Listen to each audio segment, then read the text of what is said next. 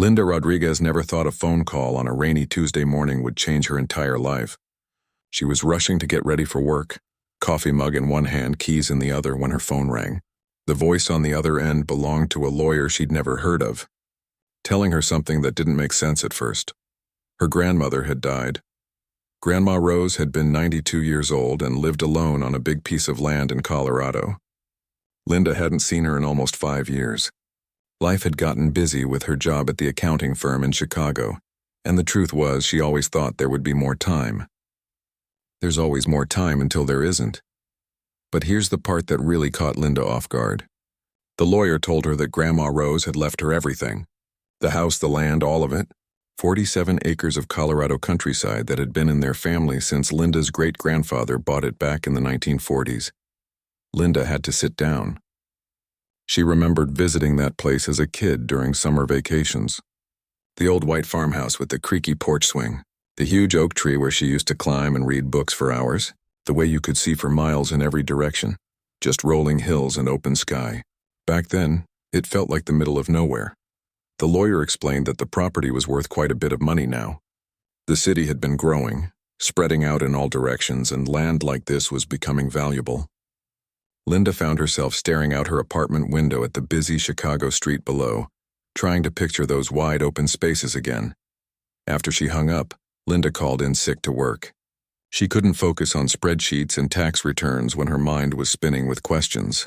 What was she supposed to do with 47 acres in Colorado? She lived in a one-bedroom apartment and took the train to work every day. She didn't know the first thing about taking care of that much land. A week later, Linda flew out to Colorado for the funeral. It was a small service at the local church, attended mostly by neighbors she didn't recognize. Grandma Rose had been well liked in the community, that much was clear. People came up to Linda afterward, shaking her hand and telling her stories about her grandmother that she'd never heard before. After the service, Linda drove out to the property.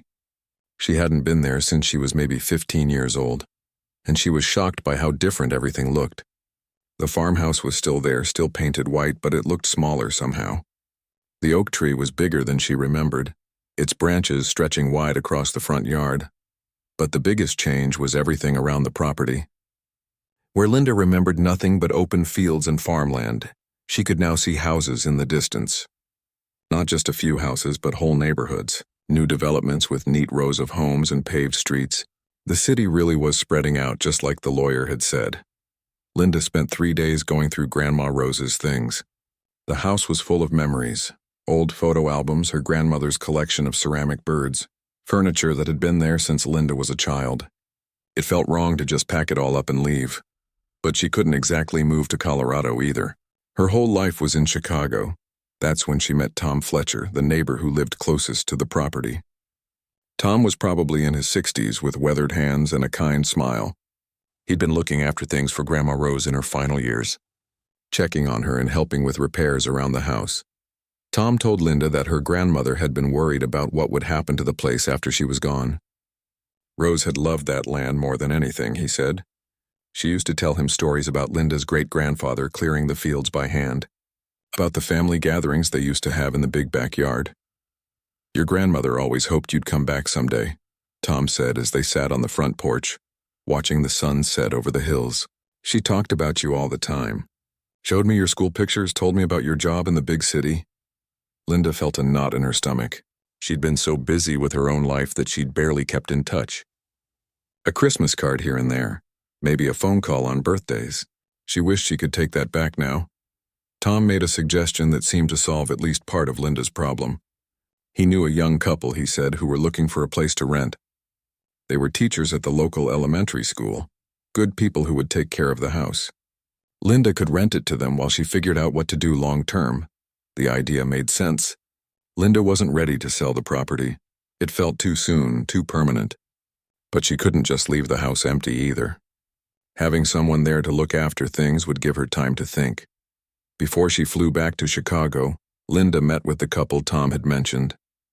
Beth and Ryan seemed nice enough, both in their late 20s, excited about the idea of living in the old farmhouse. They loved the big kitchen and the wraparound porch. They promised to take good care of everything. Linda set up a simple rental agreement. Nothing fancy, just enough to cover the property taxes and basic maintenance. She gave them Tom's number in case anything came up, and he promised to keep an eye on things. Flying back to Chicago, Linda pressed her face to the airplane window and watched the Colorado landscape shrink away below her. Part of her felt relieved to have solved the immediate problem. The house wouldn't sit empty, and she'd have some time to figure out her next move. But another part of her felt like she was abandoning something important. As the plane climbed higher and the ground disappeared beneath the clouds, Linda couldn't shake the feeling that she was making a mistake.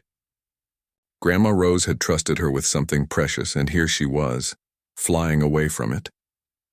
Little did Linda know that her decision to rent out the house was about to put everything her family had built at risk. While she was settling back into her Chicago routine, certain people in Colorado were already making plans for her land. They'd been watching and waiting for exactly this moment, when an out-of-town owner would inherit property they couldn't personally manage. The stage was set for something Linda never could have imagined. Her grandmother's peaceful farmhouse was about to become the center of a scheme that would test everything Linda thought she knew about trust, family, and fighting for what's right. 3 months after Linda returned to Chicago, her phone rang again. This time the voice was cheerful and friendly, introducing himself as David Chen from something called the Sunset Ridge Homeowners Association. "Ms. Rodriguez," David said in a warm, professional tone, "I hope you don't mind me calling. I got your number from the county records. I wanted to reach out and welcome you to our community." Linda was confused. "Community? I'm sorry, but I think you might have the wrong person. I live in Chicago." David chuckled softly. "Oh, I should have been clearer. I'm calling about your property here in Colorado, the one you inherited from your grandmother. We represent the homeowners in the area, and we'd love to include you in our community association." Linda sat down at her kitchen table, trying to process this. "I'm not sure I understand. My grandmother never mentioned any homeowners association." "Well, that's because we're fairly new," David explained. "The area has been growing so quickly, and we formed the association to help maintain property values and create a sense of community. Your grandmother's property is right in the heart of what we're developing into a really special neighborhood." Over the next 20 minutes, David painted a picture that sounded almost too good to be true. He talked about how the Sunset Ridge community was going to be one of the most desirable places to live in the entire county. Professional landscaping, security patrols, community events, and carefully maintained standards that would protect everyone's investment. "The thing is," David continued, "properties like your grandmother's are really the cornerstone of what we're building. That beautiful farmhouse, all that open land. It's exactly the kind of character we want to preserve while we develop the surrounding area." Linda found herself getting interested despite her initial confusion. What exactly would this involve? David explained that joining the homeowners association would be completely voluntary, but it came with some real benefits. They would handle basic maintenance on her property, things like lawn care, snow removal, and minor repairs. They'd also provide security services and help coordinate with the tenants she had renting the house. "The best part," David said, "is that we handle all of this for a very reasonable monthly fee, much less than you'd pay for individual services. And everything is coordinated, so you don't have to worry about managing multiple contractors from Chicago." It sounded reasonable to Linda. She'd been worrying about how to take care of the property from so far away. Beth and Ryan, her tenants, were nice people, but they were young teachers who probably didn't know much about property maintenance either. David offered to send her some information in the mail, along with a simple agreement that would get her started with basic services. "Nothing complicated," he assured her. "Just lawn care and snow removal to start. We can always add more services later if you're happy with what we're doing." A week later, a thick envelope arrived at Linda's apartment. Inside was a glossy brochette showing beautiful photos of luxury homes nestled among rolling hills. The Sunset Ridge development looked impressive. Modern houses with perfect lawns, wide streets lined with young trees, and families enjoying community amenities like walking trails and a clubhouse. There was also a letter from David, thanking her for her time on the phone and explaining more about their vision for the community. He wrote about preserving the rural character of the area, while adding modern conveniences and security. He mentioned that several other longtime property owners had already joined, and were thrilled with the results. The agreement itself was only 2 pages and seemed straightforward. Linda would pay a monthly fee of $150, and the association would handle basic landscaping and seasonal maintenance. There were some standard legal terms that Linda skipped over, the kind of fine print that always made her eyes glaze over. Linda called Beth, her tenant, to ask what she thought about the idea. Beth was enthusiastic. "Oh, that would be wonderful," she said. "Ryan and I have been doing our best with the yard, but honestly, neither of us really knows what we're doing. And the snow removal would be amazing. Last winter was really tough." That convinced Linda. She signed the agreement and mailed it back with her first payment. Within a week, she got a call from Beth saying that a landscaping crew had already been out to clean up the yard and plant some new flowers. Everything looked beautiful. For the next few months, Linda was impressed with the service. Beth sent her photos showing the property looking better than it had in years. The lawn was perfectly maintained. The flower beds were full of colorful blooms, and someone had even repaired the old fence along the front of the property. David called Linda every few weeks to check in and update her on community developments. He always sounded genuinely pleased to hear from her and took time to answer any questions she had. He told her about new families moving into the area, community events that Beth and Ryan were welcome to attend, and improvements being made to local roads and services. "You know," David said during one of their calls, "we're really grateful to have property owners like you who understand our vision. Some people resist change, but you've been so supportive of what we're building here." Linda felt good about her decision. Managing the property from Chicago had seemed like such a challenge, but David and his team were making it easy. She was even starting to think about visiting the property again soon, to see all the improvements in person. That's when David mentioned the next phase of their community development. "We're installing some new security features," he explained. "Nothing major, just some updated fencing and a new mailbox system that matches the community standards. It'll really help tie your property into the overall neighborhood aesthetic." Linda agreed without much thought. She trusted David's judgment by now, and security sounded like a good thing. When the paperwork arrived, it was a bit more complex than the original agreement. But David had included a note explaining that the additional legal language was just to comply with county regulations for security installations. Linda signed the papers and sent them back. A few weeks later, Beth called to tell her about the new fence that had been installed. "It looks really professional," Beth said. "Much nicer than the old one. And they put in this beautiful stone mailbox that matches the ones in the rest of the neighborhood." Everything seemed to be going perfectly. Linda's property was being beautifully maintained, her tenants were happy, and David had become almost like a friend. When he called to tell her about additional services they could provide, things like gutter cleaning, exterior painting, and seasonal decorating, Linda didn't hesitate to say yes.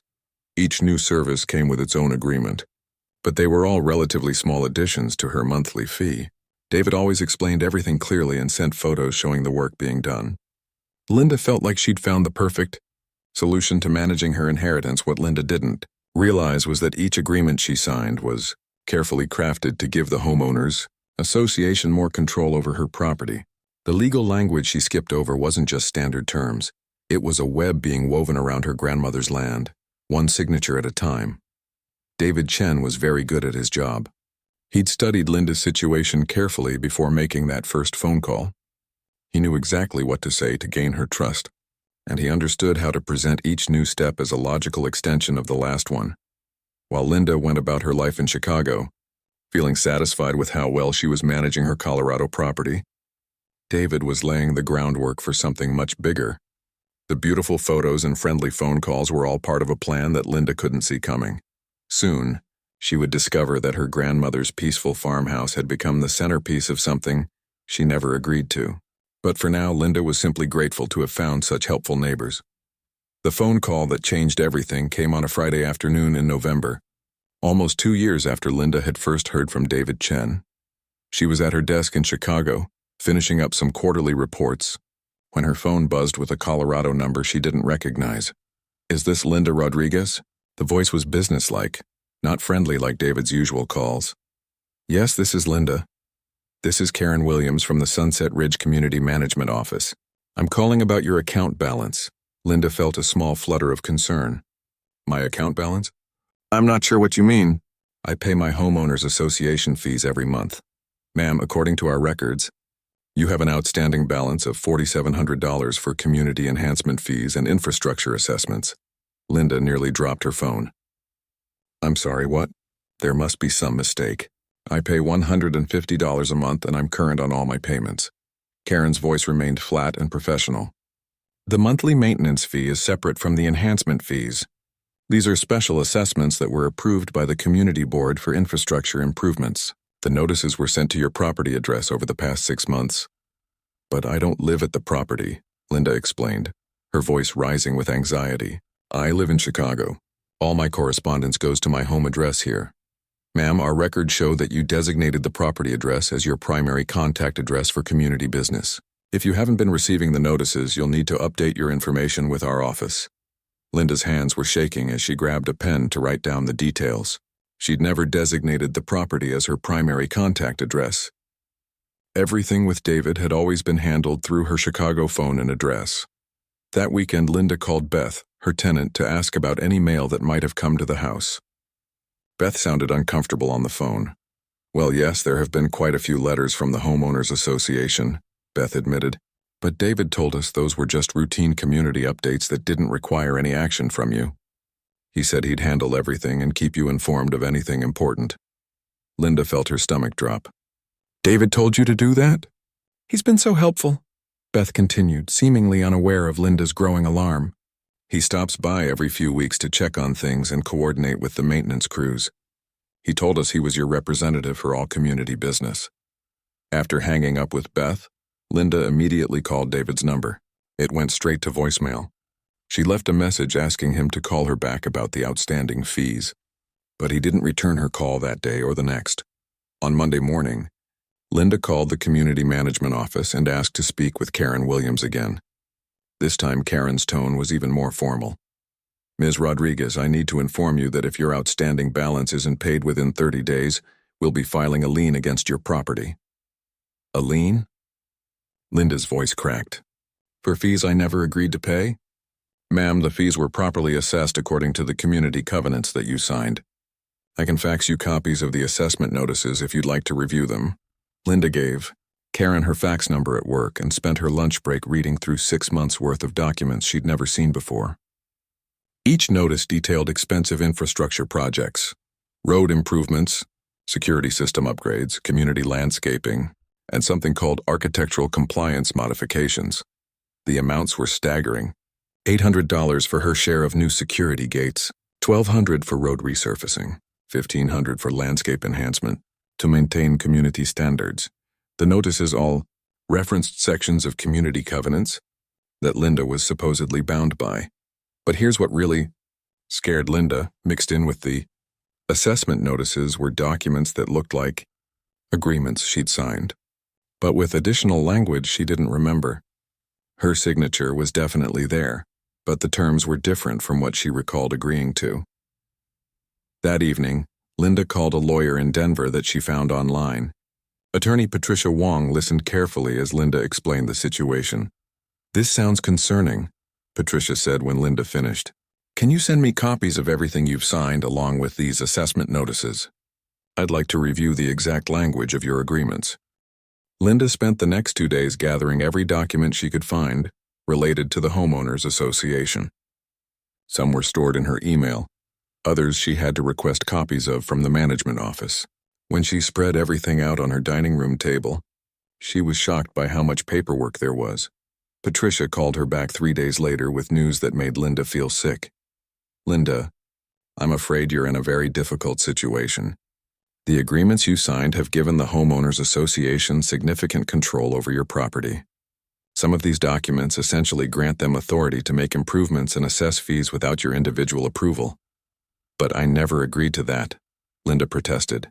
I just wanted basic lawn care and snow removal. I understand, but look at this clause in the third agreement you signed, Patricia explained. It says you're agreeing to abide by all current and future community standards and assessments as determined by the board. And this section here gives them authority to make necessary improvements to maintain community aesthetics and property values. Linda stared at the documents, trying to remember signing something that gave away so much control, but David had always presented everything as simple additions to the basic services. Each agreement had seemed like a small, logical next step. The really concerning part, Patricia continued, is this language about property modification rights. Linda, according to what you've signed, they can make changes to your property to ensure compliance with community standards, and you're responsible for the costs. As if to prove Patricia's point, Linda got a call the next day from a contractor who said he was scheduled to repave her driveway as part of the community infrastructure improvements. The cost would be $3,800, added to her already substantial outstanding balance. But I didn't authorize any driveway work, Linda told the contractor. Ma'am, I just go where the work orders tell me to go. You'll need to take that up with the community management office. Linda called Karen Williams again, this time armed with more knowledge about her situation. I need to speak with David Chen immediately. This has gone too far. Mr. Chen is no longer handling individual property owner relations, Karen replied. All communication goes through this office now. What do you mean he's no longer handling relations? He's the one who got me into this mess. Ma'am, Mr. Chen has been promoted to Director of Community Development. His focus is now on larger strategic planning for the Sunset Ridge community. Linda felt like she was being deliberately shuffled away from the one person who might be able to explain what had happened. She asked to be transferred to David's new office, but was told he was unavailable and would need to schedule an appointment. That night, Linda couldn't sleep. She kept thinking about her grandmother, about the family land that had been in their family for generations. Grandma Rose had trusted her with something precious, and somehow Linda had signed it away without even realizing what she was doing. The next morning, Linda made a decision that would change everything. She called her boss and asked for a week of vacation time. She was going to Colorado to see for herself what had happened to her grandmother's property. I don't care what those papers say, she told Patricia Wong during one final phone call before her trip. That's my family's land, and I'm going to figure out how to get control of it back. Patricia's voice was gentle but concerned. Linda, I want to prepare you for what you might find when you get there. Based on these documents, they've had broad authority to modify your property for almost 2 years. The place might look very different from what you remember. Linda gripped the phone tighter. Different how? I think you need to see it for yourself, Patricia said quietly. But Linda, prepare yourself for the possibility that your grandmother's farmhouse might not be the centerpiece of your property anymore. Linda's rental car pulled slowly down what used to be the dirt road leading to her grandmother's farmhouse. But as she rounded the familiar bend where the old oak tree should have been visible, she had to stop the car and just stare. The oak tree was still there, but everything else had changed beyond recognition. Where once there had been open fields stretching in every direction, Linda now saw house after house after house. Not just a few new homes scattered around the area, but a complete neighborhood with perfectly straight streets, matching mailboxes, and manicured lawns. Her grandmother's white farmhouse sat in the middle of it all, looking tiny and out of place among the larger modern homes that surrounded it. Linda counted as she drove slowly through the development. Block after block of houses, all similar in style, all with the same stone mailboxes and decorative fencing. 96 houses. She counted them twice to be sure. Linda parked in what had once been her grandmother's gravel driveway but was now a smooth asphalt surface that matched all the other driveways in the neighborhood. She sat in her car for several minutes trying to process what she was seeing.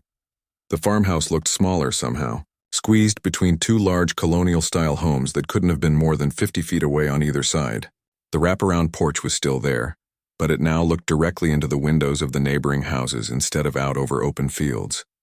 Beth answered the door with a surprised smile. Linda, what a wonderful surprise. We had no idea you were coming to visit. I needed to see the place for myself, Linda said, still looking around in shock. Beth, when did all these houses get built? Beth looked confused by the question.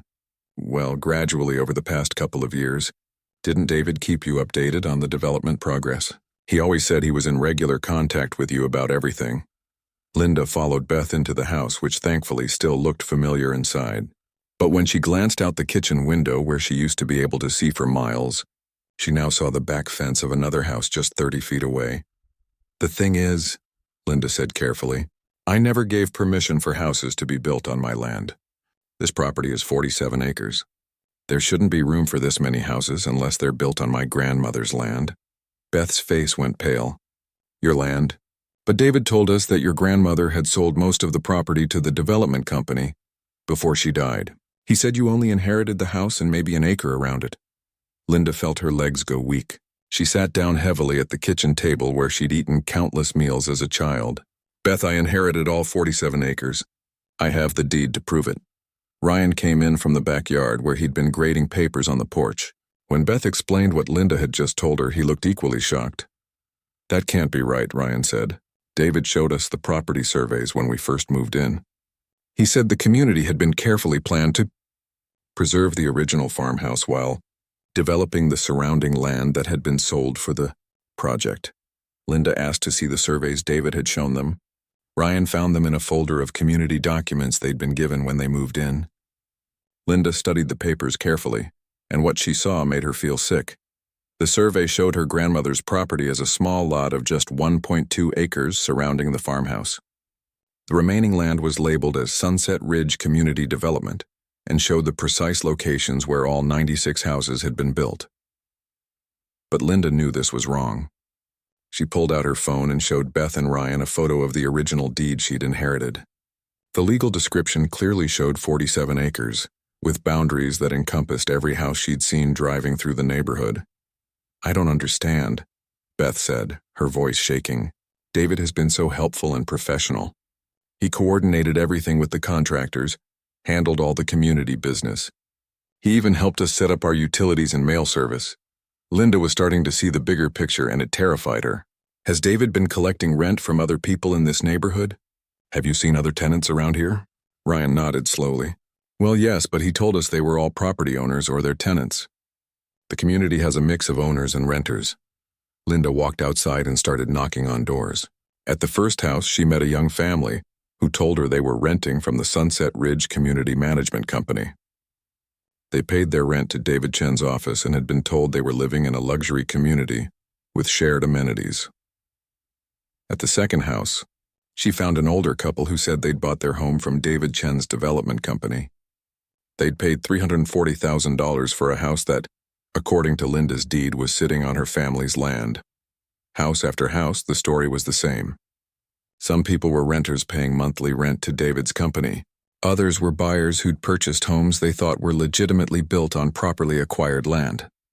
None of them had any idea that the entire development was sitting on property that belonged to Linda.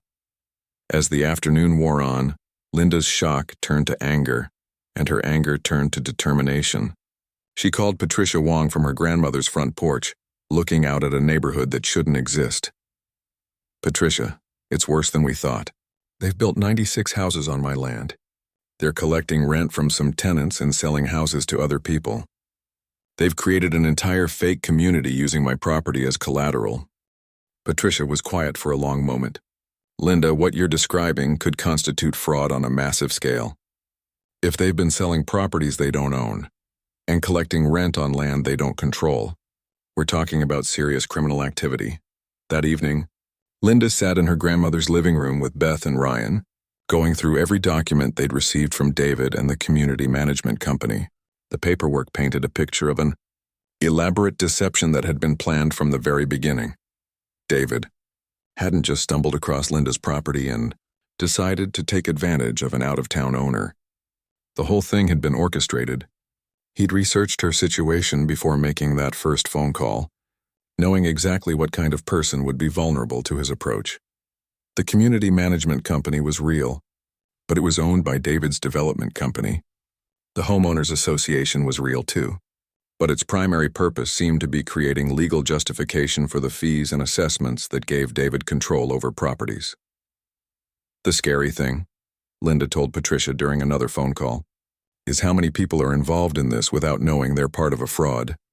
The contractors doing the work, the families living in the houses, even Beth and Ryan. They all think this is a legitimate development. Patricia had been doing her own research and had disturbing news. Linda, I've found records of similar situations in 3 other counties. Different names, but the same pattern. An out-of-state property owner inherits land, gets contacted by a friendly homeowners association, signs agreements they don't fully understand, and ends up losing control of their property. How is this legal? Linda asked. It's not legal, Patricia said firmly. But it's sophisticated enough that it takes time for people to realize what's happened, and by then, the damage is extensive. The good news is that we have a strong case. The bad news is that unwinding this mess is going to be complicated and expensive. Linda looked around her grandmother's living room, at the ceramic bird collection and the old family photos, and made a decision that would define the rest of this fight. "I don't care how complicated or expensive it is," she said. "This was my grandmother's land and my great-grandfather's before that.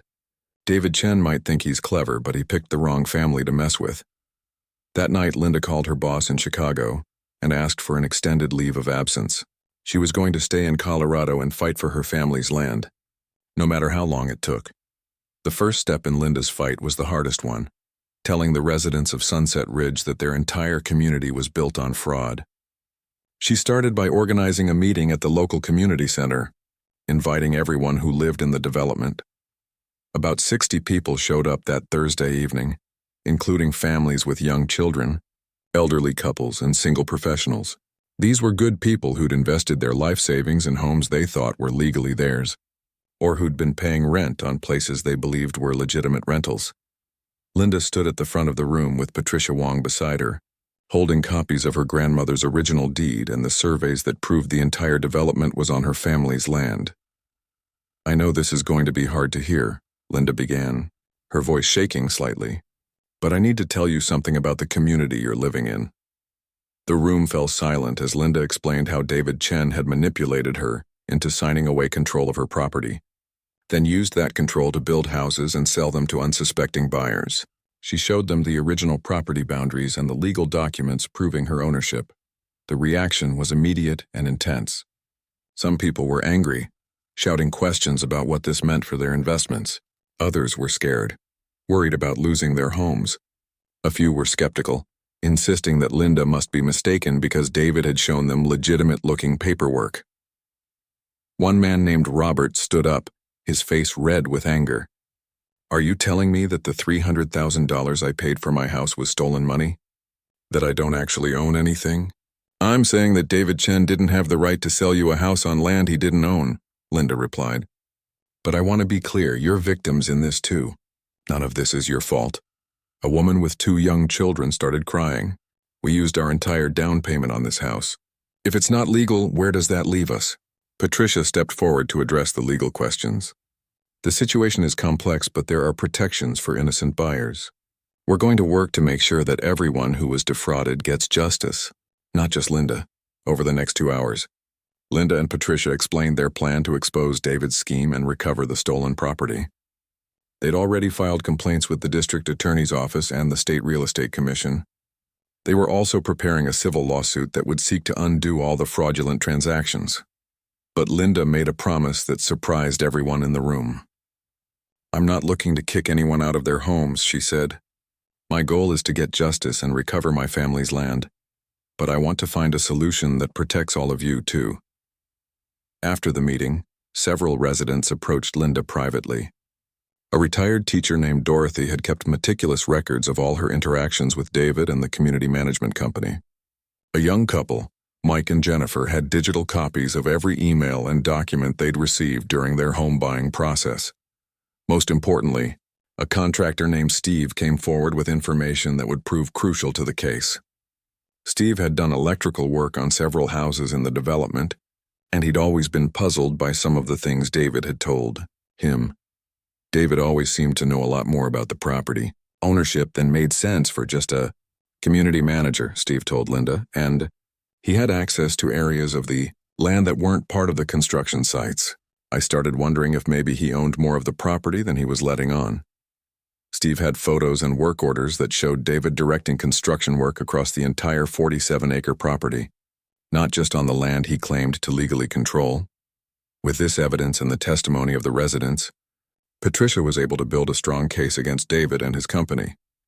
The district attorney's office opened a criminal investigation for fraud, theft, and illegal real estate practices. The breakthrough came when investigators discovered that David had used the same scheme in other counties. A property owner in Summit County came forward with a nearly identical story: an inherited property, friendly contact from a homeowners association, gradual loss of control through legal documents, and eventual discovery of unauthorized development. In February, 6 months after Linda's first visit to the property, David Chen was arrested on multiple felony charges. The investigation had uncovered a network of fraudulent property schemes that had stolen millions of dollars from property owners and home buyers across Colorado, but arresting David was only the beginning of Linda's fight. Untangling the mess he'd created was incredibly complicated. The 96 houses were real, built with real materials and real labor. The families living in them had real lives and real investments to protect. Working with Patricia and a team of real estate attorneys, Linda developed a plan that would restore her legal ownership while protecting the innocent people who'd been caught up in David's scheme. The buyers who'd purchased homes would have their money returned from David's seized assets and would be given the option to legitimately purchase their homes from Linda at fair market prices. The renters would be allowed to stay while the legal issues were sorted out, with their rent payments going into an escrow account until new ownership arrangements could be made. Linda also made a decision that honored her grandmother's memory. Instead of trying to restore the property to its original empty state, she chose to work with the community to create a legitimate neighborhood that preserved the character of the old farmhouse while providing homes for the families who'd already put down roots there. The old oak tree became the centerpiece of a small community park. Linda kept the farmhouse and the acre immediately around it, but she sold the rest of the property to a reputable developer who worked with the existing residents to formalize their ownership or rental agreements. The legal battle took almost 3 years to fully resolve, but Linda never gave up. She'd taken an extended leave from her Chicago job and eventually decided to stay in Colorado permanently, living in her grandmother's farmhouse while overseeing the transformation of the property. David Chen was sentenced to 8 years in prison and ordered to pay restitution to all his victims. His case became a landmark prosecution that led to stronger regulations on homeowners associations and property development schemes. On a sunny afternoon in May, almost 4 years after that first phone call from David, Linda sat on her grandmother's porch swing, looking out over the community that had grown around the old farmhouse. Children were playing in the park around the oak tree, and neighbors were chatting over fences just like they had when her grandmother was alive. It wasn't the quiet, empty landscape of Linda's childhood memories, but it was something her grandmother would have loved. A real community built on honesty and trust, where families could put down roots and build their lives. Linda had learned that sometimes the most important inheritance isn't land or money, but the strength to fight for what's right. Her grandmother had left her more than 47 acres of Colorado countryside. She'd left her the determination to protect what matters and the courage to stand up to people who think they can take advantage of others. The Sunset Ridge community still exists today, but now it's a legitimate neighborhood where property owners actually own their property and where the homeowners association serves the residents instead of exploiting them. And at the center of it all, a white farmhouse with a wraparound porch stands as a reminder that sometimes the most ordinary people can accomplish extraordinary things when they refuse to give up. Linda kept one of David's business cards in a frame on her mantelpiece, not as a trophy, but as a reminder that trust is precious and that anyone can be vulnerable to a well-crafted deception. But she also kept her grandmother's deed in the same frame, as proof that with enough determination and the right help, justice can prevail even against the most sophisticated fraud.